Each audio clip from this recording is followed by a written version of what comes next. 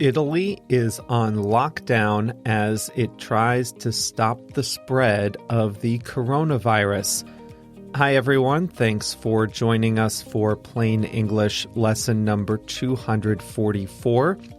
I'm Jeff. JR is the producer, and today's full lesson can be found at plainenglish.com/244. Coming up today, Italy has suffered more than any country other than China, and its government has imposed serious constraints on its population.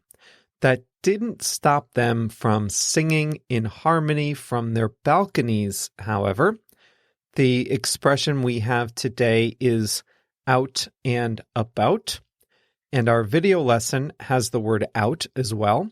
The video shows you how to use out of when you're talking about a portion of a whole, a portion of a whole. So to get the full story of out of, check out the video lesson at plainenglish.com/244.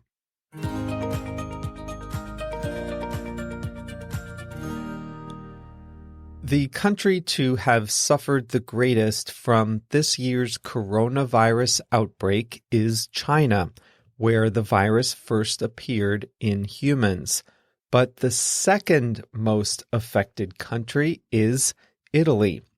It's not clear whether the first case came from China or Germany, but out of all the countries in Europe, Italy has the strongest connections to China, the most tourism, the most international flights to China of any European country. They also suffered from some bad luck. In the study of epidemics, there's a concept of a super spreader, a person who will spread the virus to many more people than the average person.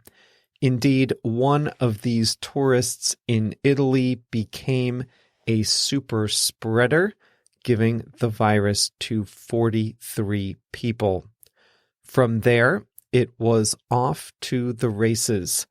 The infections started in the north of Italy, but quickly spread throughout the country and beyond. Confirmed cases in Italy surged from just a few hundred in late February to 3,000 on March 3rd, to 10,000 on March 10th, then 25,000 just a few days later. Tourists and business travelers from Italy were traced as the source of new infections in many European and Latin American countries. Italian scientists attending a biotech conference brought the disease to Boston. As Italy faced the rapid spread of the virus, its leaders enacted gradually tighter restrictions on movement. The first measures applied only to the town of Lodi on February 21st. Police cars blocked the roads, and people were allowed to move about only to get food and medicine. By March 8th, the Prime Minister, Giuseppe Conte, expanded the quarantine's reach to most of northern Italy.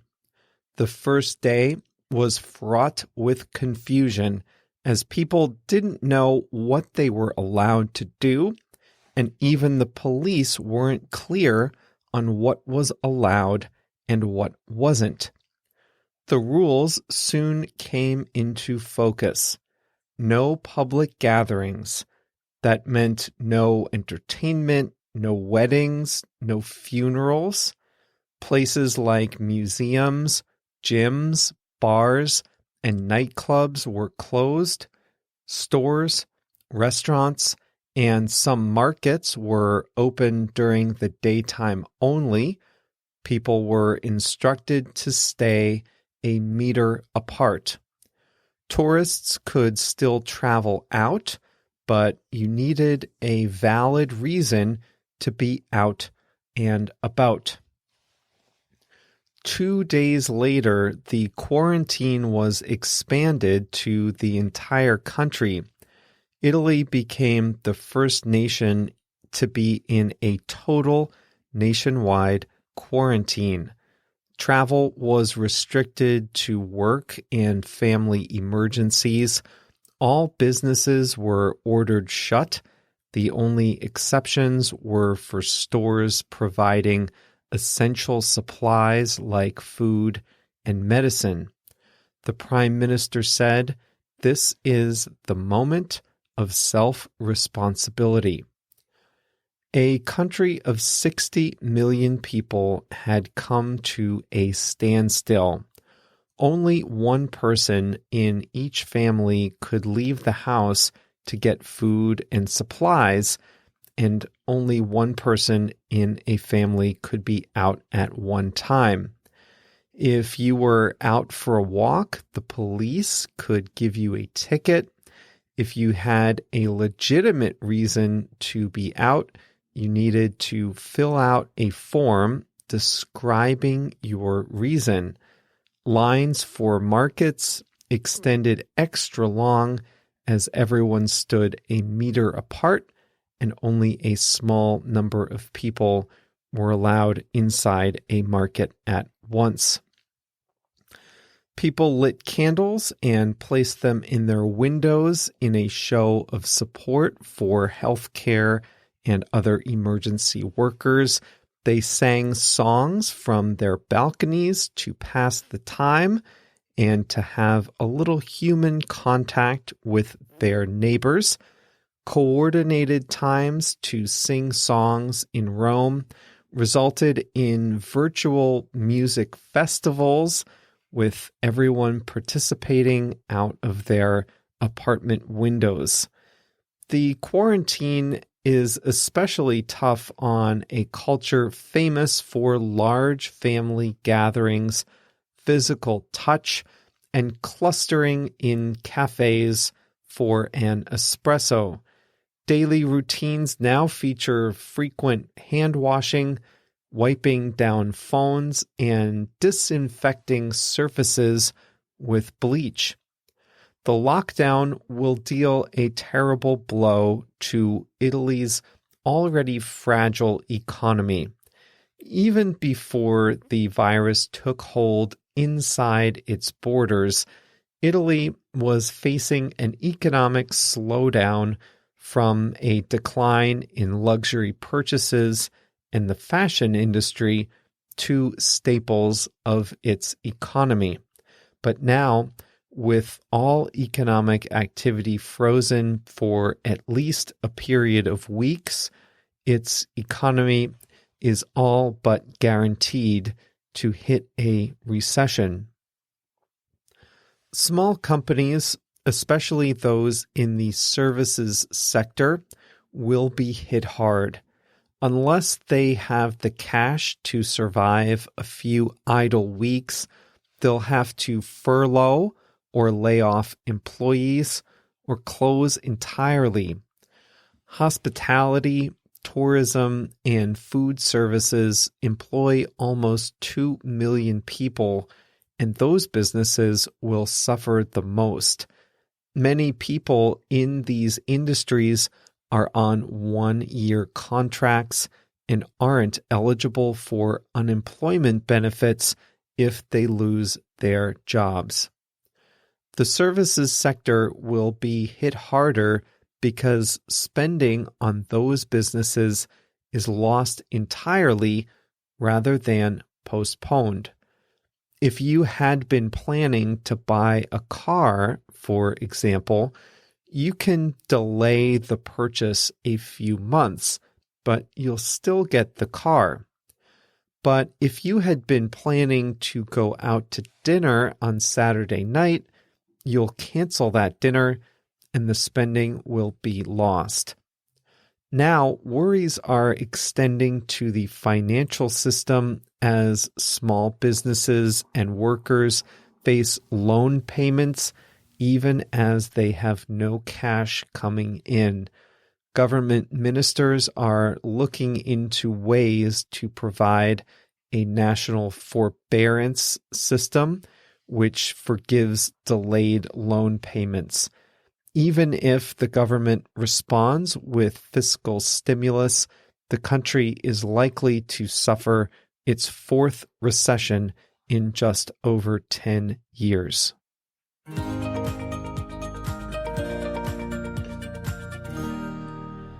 As I'm preparing this, I'm about to start working from home for about 2 weeks, maybe longer, and I'll be practicing social distancing. That's the term that describes voluntarily limiting social contact with others, not going to restaurants and bars, not taking public transit unless it's necessary, limiting shopping trips to just the necessities, and generally placing some added distance between yourself and the rest of the world. We won't be on a full quarantine or lockdown, at least not for the foreseeable future, but social distancing is the strategy we're following here. Of course, this story changes so frequently. Even as I'm recording this, I think Spain and France are starting to move toward full quarantines. And I just heard the city of San Francisco is too. So by the time you hear this, there might be even stricter requirements around the world.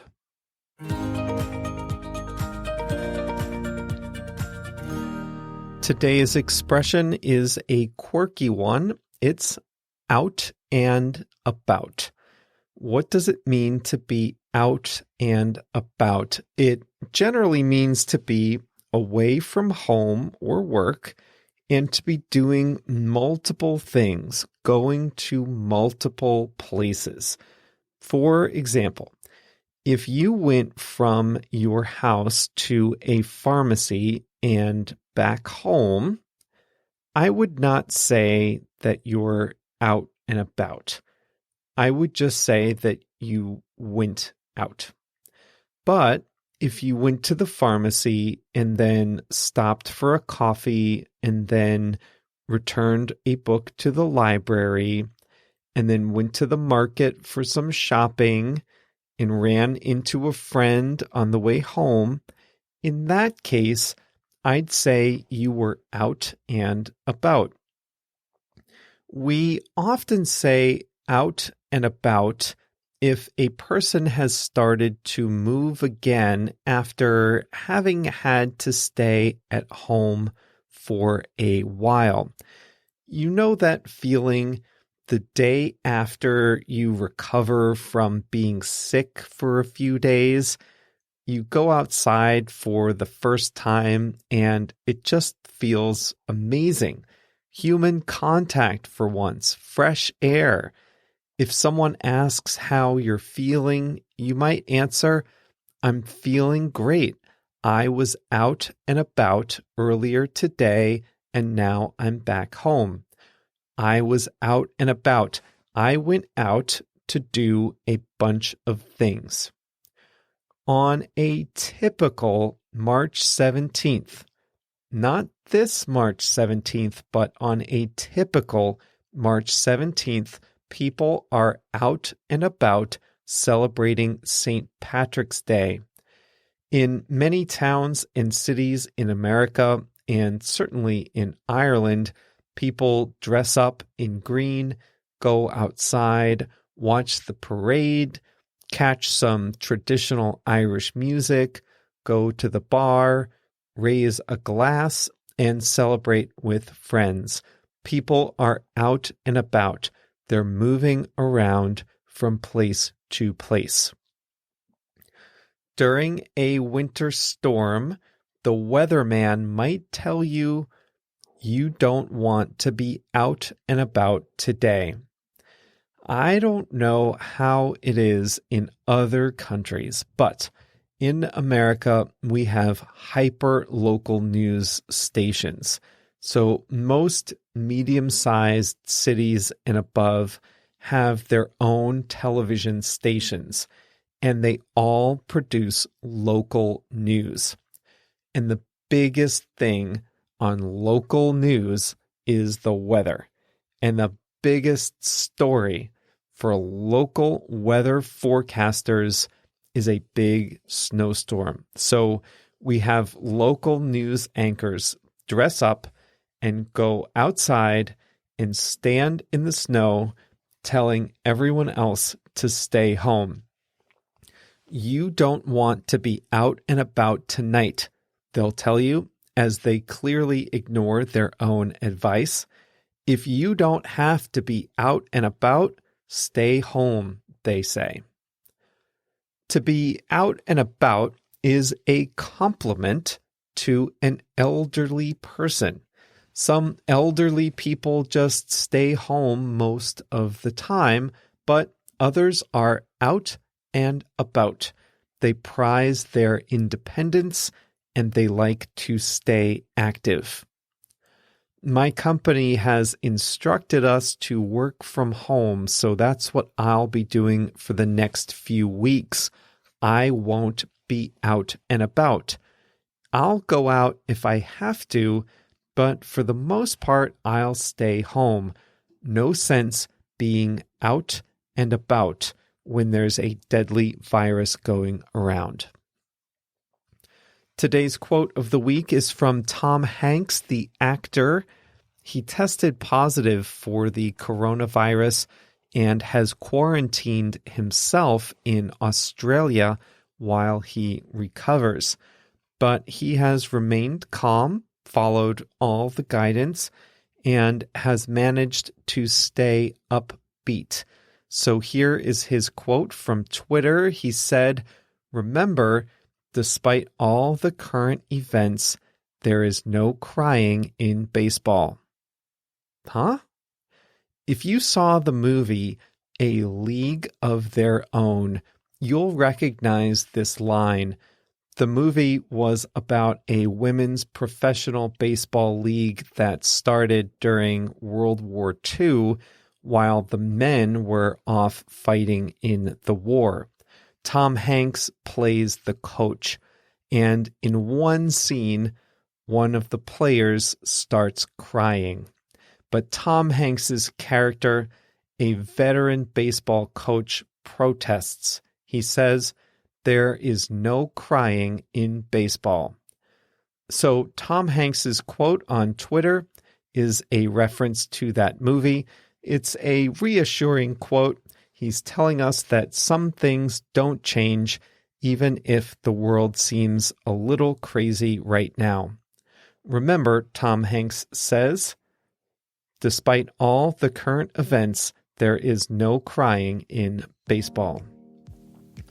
I hope you're staying safe.